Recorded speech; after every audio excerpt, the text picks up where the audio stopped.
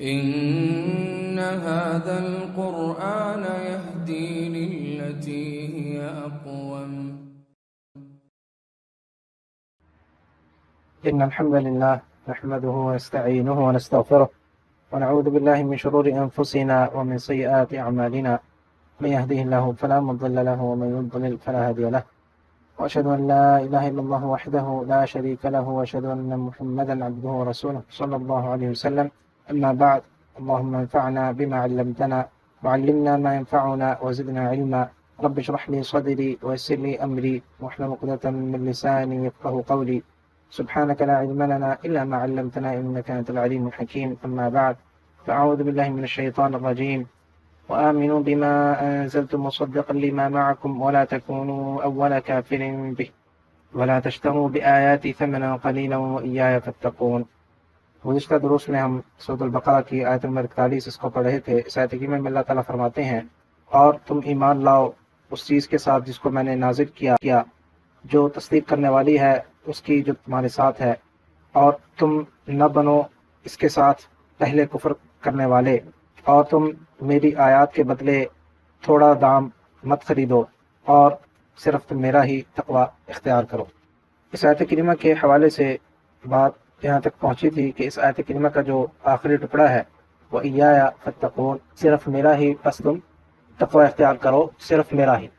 اس میں ایک تو ہم نے بات یہ کہا کہ اس میں میرا ہی کا 2 دفعہ آ رہا ہے۔ ایایا کا معنی کیا ہے؟ صرف میرا ہی، فاتقونی صرف میری، تو 2 دفعہ یہ تاکید آئی ہے۔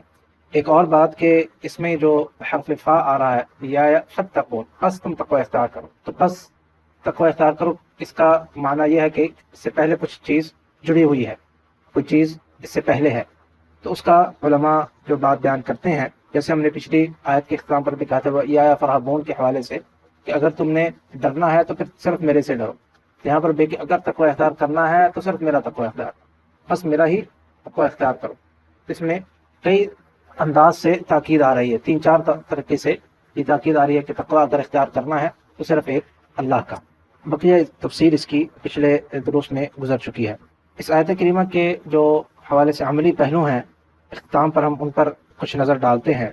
تو پہلی بات اس میں یہی ہے کہ اس آیت کریمہ میں اللہ تعالیٰ نے ڈائریکٹ بنی اسرائیل کو یہ حکم دیا ہے اور انڈائریکٹ مجھے اور آپ کو دیا ہے، جیسے کہ ہم نے یہ بات ابتدائی میں کی تھی پچھلی آیت کے حوالے سے کہ یہاں سے جو سلسلہ کلام شروع ہوا ہے آیت نمبر 40 سے، پچھلی آیت سے آگے کافی آگے تک اس صورت میں چل رہا ہے، اس کا اصل مقصد کیا ہے کہ ایک مقصد یہ ہے کہ مجھے اور آپ کو خبردار کرنا ہے کہ بنی اسرائیل کے کیا طریقہ کار رہے، تم لوگوں نے یہ طریقہ کار اختیار نہیں کرنا، اور دوسرا بنی اسرائیل کو بھی دعوت دینا ہے، تو دونوں اس میں مقاصد ہیں۔ تو اگرچہ ڈائریکٹ اس آیت کے مخاطب بنی اسرائیل ہے، لیکن انڈائریکٹ مخاطب میں اور آپ ہیں کہ اگر ان کو وہ حکم ہے تو میرے اور آپ کے لیے برجا اولا یہ حکم موجود ہے۔ تو حکم کیا ہے؟ عملی پہلو اس میں کیا ہے کہ ایمان لائے اس چیز کا کے اوپر جو اللہ نے اس کو نازل کیا، یعنی قرآن پر اور احادیث پر۔ قرآن بھی نازل کردہ ہے، احادیث بھی نازل کردہ ہے، اس پر حکم کیا ہے کہ ایمان لانا ہے۔ تو یہ عملی پہلو ہے کہ ایمان لائے اس کو، جس طرح صحیح معنوں میں ایمان لانے کا حق ہے۔ ایک اور بات کہ جو بھی اگر ایمان نہیں لاتا، کفر کرتا ہے، اور اس کے کفر کرنے کی وجہ سے دوسرے لوگ کفر کرتے ہیں، تو اس کا سارے کا سارا وبال اس پہلے شخص پر آئے گا جس نے پہلے کفر کیا یا جس نے پہلے اس کا انکار کیا۔ اسی لیے اس آیت میں کیا کہا کہ وَلَا تَكُونُوا أَوَّلَ كَافِرٍ بِهِ، اس کے ساتھ پہلے کفر کرنے والے مت بننا۔ کیوں کہا گیا کہ پہلے کفر کرنے والے مت بننا؟ پہلے اور آخر میں کیا فرق کیا ہے؟ فرق یہ ہے کہ جو پہلے کرے گا، جتنے لوگ اس کی اتباع کریں گے، سب سارے کا سارا کا وبال اسی پر آئے گا۔ جیسا کہ نبی کریم صلی اللہ علیہ وسلم کی معروف و مشہور حدیث ہے کہ جس کسی شخص نے بھی کسی بھلائی کی طرف بلایا، دعوت دی، اور اس پر جتنے لوگ عمل کرتے رہیں گے، فرمایا کہ ان ساروں کا اجر اس کو ملے گا۔ مفہوم حدیث کا خلاصہ یہ ہے۔ اور فرمایا کہ جو کسی برائی کی طرف بلائے گا، اس کے اوپر جتنے لوگ عمل کریں گے، ساروں کا ساروں کا وبال اس پہلے شخص پر پڑے گا جس نے اس کی طرف بلایا تھا۔ اسی طرح حابیل و قابیل کے واقعے کے حوالے سے نبی کریم صلی اللہ علیہ وسلم کی حدیث آتی ہے کہ قیامت تک آنے والے لوگ جب بھی کوئی قتل کرے گا، اس کا وبال اس پہلے آدم کے بیٹے پر پڑے گا جس نے پہلا قتل جو ہے وہ اس دنیا میں کیا تھا۔ سب سے پہلا قتل اس روئے زمین پر کس نے کیا؟ وہ آدم علیہ السلام کے بیٹے نے کیا۔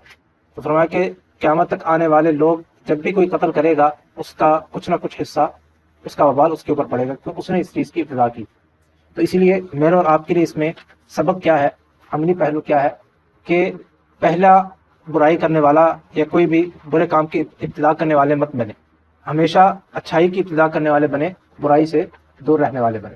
اگر اچھائی کی ابتدا کریں گے اور ہمارے کہنے پر، ہمارے عمل کے ذریعے اگر کوئی اس پر عمل کرتا ہے تو ہمیں ساروں کا اجر ملے گا، اور اگر ہم کوئی نعوذ باللہ برائی کی ابتدا کریں گے، برائی کا بیج بوئیں گے، تو جتنے لوگ اس پر عمل کرتے رہیں گے اس کا وبال ہمارے اوپر پڑتا رہے گا۔ اسی حوالے سے آج کل بہت دفعہ یہ میسج وغیرہ چلتا رہتا ہے واٹس ایپ وغیرہ پہ، سوشل میڈیا پہ، کہ آپ کے جتنے سوشل میڈیا کے اکاؤنٹس ہیں، فیس بک ہے، ٹویٹر ہے، واٹس ایپ وغیرہ، جتنے بھی نہ جانے کیا کیا کچھ اب تو آ چکا ہے، ان پر کوئی ایسی چیز آپ کی موجود نہیں ہونی چاہیے کہ جو غیر شرعی ہو، جو حرام چیز ہو، کیوں آپ مر جائیں گے لیکن یہ اکاؤنٹس باقی رہیں گے۔ اب جو لوگ بھی وہ برائی دیکھتے رہیں گے وہ آپ کا وبال اس پر پڑتا رہے گا۔ اور پھر نہ صرف یہ کہ اکاؤنٹ سے آپ نے کوئی چیز شیئر کر دی، بعد میں آپ نے بے شک ڈیلیٹ بھی کر دی، لیکن آپ کے شیئر کرنے سے وہ آگے آگے چلتی رہی، اگر وہ برائی تھی تو برائی کا آپ کو قبر میں بھی اس کا عذاب پہنچتا رہے گا، اور اگر وہ اچھائی تھی دوسری طرف اس کا دوسرا تصویر کا رخ یہ بھی ہے کہ اگر آپ نے کوئی حدیث بھیجی ہے، کسی کو فارورڈ کی ہے، کوئی آیت بھیجی ہے، کوئی دین کی کوئی بات کسی کو فارورڈ کی ہے، اس پر کسی نے بھی عمل کیا اور قیامت تک جتنے لوگ عمل کرتے رہیں گے، آپ مر بھی جائیں تو آپ کو اس کا اجر قبر میں بھی ملتا رہے گا۔ تو یہ جو آج کل ہمارے پاس ایک چیز آئی ہے جس کو کہتے ہیں کہ دو دھاری تلوار جس کو کہتے ہیں، وہ ایک طرف بھی ہے، اس کا اچھا پہلو بھی ہے، اگر ہم اچھائی پھیلائیں گے تو اچھائی جہاں تک چلتی رہے گی وہ ہمارے نامہ اعمال میں آتا رہے گا، اور اگر برائی کا ہم پھیلائیں گے تو وہ جب تک چلتی رہے گی وہ ہمارے نامہ اعمال میں رہے گا۔ تو یہ ایک کلیہ اور ایک قاعدہ ہمیں اس آیت سے ملتا ہے کہ ہمیشہ اچھائی کرنے والے بنے، اچھائی کو پھیلانے والے بنے، برائی کو پھیلانے والے اور برائی کو کا ارتکاب کرنے والے نہ بنے۔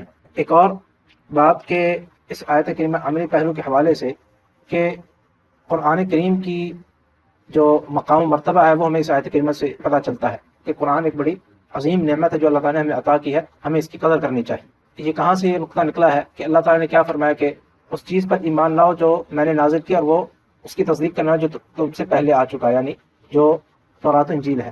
تو اس سے قرآن کا مقام ہمیں پتہ چل گیا کہ قرآن وہ کتاب ہے جو پچھلی تمام کتابوں کی تصدیق کرتی ہے اور ان سے اضافی اس میں معلومات ہے، اضافی علم ہے۔ تو یہ جو ایک چیز ہمیں ملی ہے ہمیں اس کی قدر کرنی چاہیے۔ عملی پہلو کیا ہے، مجھے آپ کو کرنا کیا ہے کہ اس کی قدر کریں۔ یہ ایسی عظیم اللہ تعالیٰ نے ہمیں کتاب دے دی ہے جو ہم سے پہلے کسی کو نہیں ملی تھی، اور نعمتوں کا اگر ہم قدر کریں گے تو ان کا ہمیں فائدہ ہوگا، اور اگر ہم نے ان نعمتوں کی قدر نہ کی تو ہمارا انجام بھی وہی ہوگا جو بنی اسرائیل کے ساتھ ہوا۔ بنی اسرائیل نے کیا کیا، ان کو اللہ تعالیٰ نے کتاب دی، تورات دی، انجیل دی، لیکن انہوں نے اس کی قدر نہیں کی، اس کو ضائع کر دیا، تو ان کا انجام کیا ہوا۔ اگر میں اور آپ بھی وہی کام کریں گے کہ جو قرآن کے ساتھ اللہ سب کو ہدایت دے، ہم میں سے اکثریت امت مسلمہ کی اکثریت کرتی ہے کہ قرآن کیا ہے، الماری میں پڑا ہوا ہے، یا تو زیادہ سے زیادہ جو اچھے لوگ ہیں وہ کیا کرتے ہیں، رمضان کے مہینے میں اس کو کھول لیتے ہیں، اور باقی 11 مہینے وہ ویسے کے ویسے وہیں پہ بند پڑا رہتا ہے۔ اور کچھ لوگ تو ایسے بھی ہیں، میں نے کہا یہ تو جو اچھے ہیں وہ کرتے ہیں کہ رمضان میں کھول لیتے ہیں اس قرآن کو، اور جو ان سے بھی گئے گزرے ہیں رمضان میں بھی شاید کوئی چند پڑھ لیتے ہوں یا وہ بھی نہیں پڑھتے، کھولتے ہیں تو کب پڑھتے ہیں، جب کسی کو رخصت کرنا ہو، بیٹی کو رخصت کرنا ہو تو اس کے سر کے اوپر اس کا سایہ کر دیتے ہیں، کھولتے پھر بھی نہیں۔ یا اگر کوئی بہت بڑی مصیبت آ جائے، کوئی پریشانی آ جائے، پھر یاد آتا ہے اچھا ایک قرآن بھی ہے، اس کو بھی کھول کر دیکھ لیتے ہیں۔ یا کوئی جب مر جاتا ہے تو اس کے مردے کے اوپر پڑھنے کے لیے، جو شریعت سے ثابت بھی نہیں۔ تو مقصد کیا ہے کہ اس قرآن کی قدر کریں، وہ کام نہ کریں جو پچھلی امتوں نے کیا تھا۔ اسی طرح ایک اور بات عملی پہلو کے حوالے سے جو ہم نے تفصیل سے یہ بات ذکر کی تھی کہ قرآن کی آیات پر عمل کرنا ہے، ان کے بدلے دنیا نہیں کمانی، یہ دین کے لیے آئی ہے۔ قرآن کا علم حاصل کریں اللہ کی رضا کے لیے، دنیا کمانے کے لیے نہیں۔ قرآن کو پڑھیں اس مقصد سے نہیں کہ لوگ مجھے کہیں گے کہ وہ بہت بڑا قاری ہے، بہت بڑا عالم ہے، اس کو دین کا بڑا علم ہے، یہ مقصد نہ ہونا۔ پڑھیں اس کو، اس کا علم حاصل کریں، اس کو سیکھیں، کس کام کے لیے، عمل کرنے کے لیے، اپنی زندگی میں اس کو لاگو کرنے کے لیے۔ کیونکہ اگر ہم ایسا کریں گے تو کیا ہے، اللہ تعالیٰ نے کیا کہا تھا، وَإِن تَشْتَرُوا بِآيَاتِي ثَمَنًا قَلِيلًا، یہ بہت تھوڑے دام ہے جو تم خرید رہے ہو، اگر اس کے بدلے تم یہ چاہتے ہو کہ تمہاری تعریف کی جائے، تمہاری واہ واہ ہو جائے، لوگ کہیں کہ جی بڑا کتنا اچھا قاری ہے، کتنا اچھی آواز ہے، کتنا اچھا درس دینے والا ہے، کتنا اچھا عالم ہے، کہاں کہاں سے نقطے نکال کر لے کر آتا ہے. اگر یہ مقصد ہے لوگوں کی تو پھر اس کا کوئی فائدہ نہیں. بہت ہی گھاٹے کا سودا ہے جو تم کر رہے ہو. ثمن قلیلا ہے، بہت تھوڑا ہے. قلیل کہا گیا بہت تھوڑا. تفسیر اس کی ہم بتا چکے کہ تھوڑے سے مراد کیا ہے. تو مقصد یہ نہیں ہونا چاہیے، مقصد صرف ایک اللہ کی رضا ہونی چاہیے. اور اس حوالے سے جو شرعی مسئلہ ہے وہ تو ہم تفصیل سے ذکر کر چکے کہ کیا قرآن کی تعلیم پر اجرت لینا جائز ہے نہیں جائز ہے، تفصیل پہلے گزر چکی ہے. یہاں پر جو مقصد ہے کہ اس قرآن کو پڑھنا، اس کو سیکھنا، اس کو سکھانا، اس کا مقصد صرف ایک اللہ کی رضا ہونی چاہیے. اور اسی طرح دینی جتنے علوم ہیں، قرآن کا علم ہے، حدیث کا علم ہے، تفسیر کا علم ہے، فقہ کا علم ہے، جتنے بھی دینی علوم ہیں، مقصد صرف ایک اللہ کی رضا. چاہے آپ دعوت دے رہے ہیں، چاہے آپ خود سیکھ رہے ہیں، دونوں حوالے سے مقصد صرف ایک اللہ کا ہو، اللہ کی رضا ہو، اسی میں فائدہ ہے.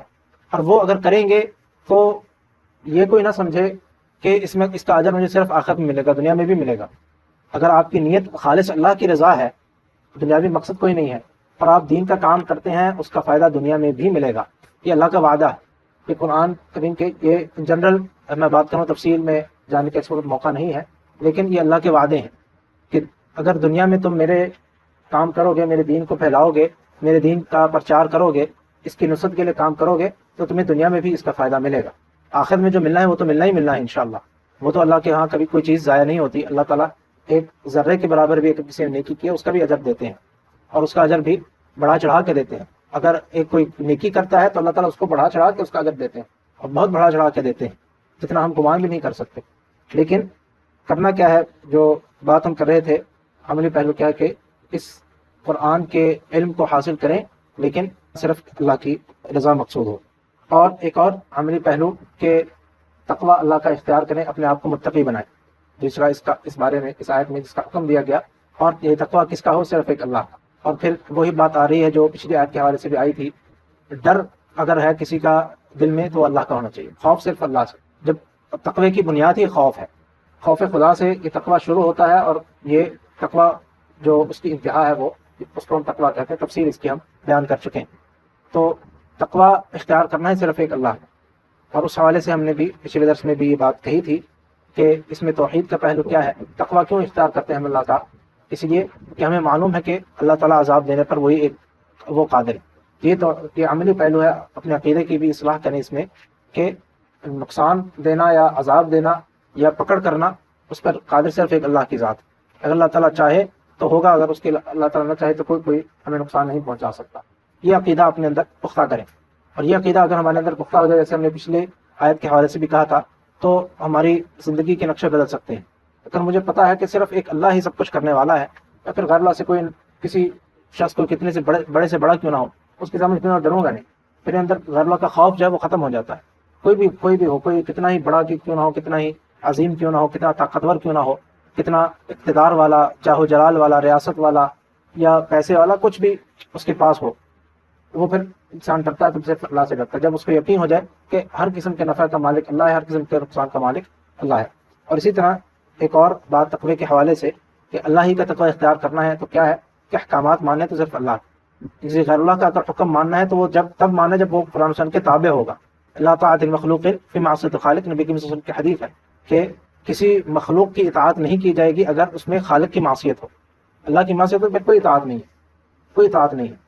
ہاں اگر اللہ کی معصیت اس میں شامل نہیں ہے تو پھر امیر کی اطاعت کرنی ہے. پھر آپ نے اپنے جو بھی آپ کے ذمہ دار ہیں، چاہے آپ کے ادارے کا کوئی بڑا ہے، آپ کا کوئی باس ہے، آپ کا حکمران ہے، کوئی بھی ہے، اس کی اطاعت آپ نے کرنی ہے. جو بھی آپ کے اوپر ذمہ دار بنایا گیا ہے، گھر میں اگر آپ ہیں تو گھر کا جو سربراہ ہے، مرد جو ہے، اس کی اطاعت سب پر لازم ہے. اسی طرح باپ ہے، اس کی اطاعت اولاد پہ لازم ہے، ماں ہے، اس کی اطاعت اولاد پہ لازم ہے. لیکن یہ ساری اطاعتیں کس کے اندر ہے؟ شریعت کے دائرہ کار کے اندر. اگر کہیں پر بھی کوئی بھی ایسا شخص جو ہمارے اوپر ذمہ دار ہے، جو ہمارے سے مقام مرتبہ میں بڑا ہے، اور اس کی اطاعت ہمارے اوپر لازم ہے، اگر کہیں پہ بھی وہ اللہ کی معصیت کا حکم دے گا، پھر کوئی اطاعت نہیں کرے. اس حکم میں، اس معاملے میں کوئی اطاعت نہیں. یہی معنی ہے فتقون کے. تقوی صرف اللہ کا ہے. حکام ماننے ہیں تو صرف اللہ کے ماننے ہیں. سپریم جو سوورن ہے وہ صرف ایک اللہ ہے، اس کو ماننا ہے. یہ عقیدہ بھی اپنے دل میں ڈالنا ہے. وہ یہ فتقون میں یہ بھی معنی آ رہا ہے کہ حاکم، سپریم حاکم جو ہے وہ اللہ تعالیٰ ہے. ان الحکم الا اللہ، حکم صرف اللہ کا ہے. اس دنیا میں کائنات میں حکم چلے گا تو اللہ کا چلے گا. ماننا ہے تو اللہ کا حکم ماننا ہے. باقی تمام احکامات جو ہیں وہ اس کے تابع ہیں. یہ چند باتیں تھی اس آیت کے حوالے سے. اللہ تعالیٰ ہمیں قرآن کو سمجھنے اس پر عمل کرنے کی توفیق عطا فرمائے. آخر دعوانا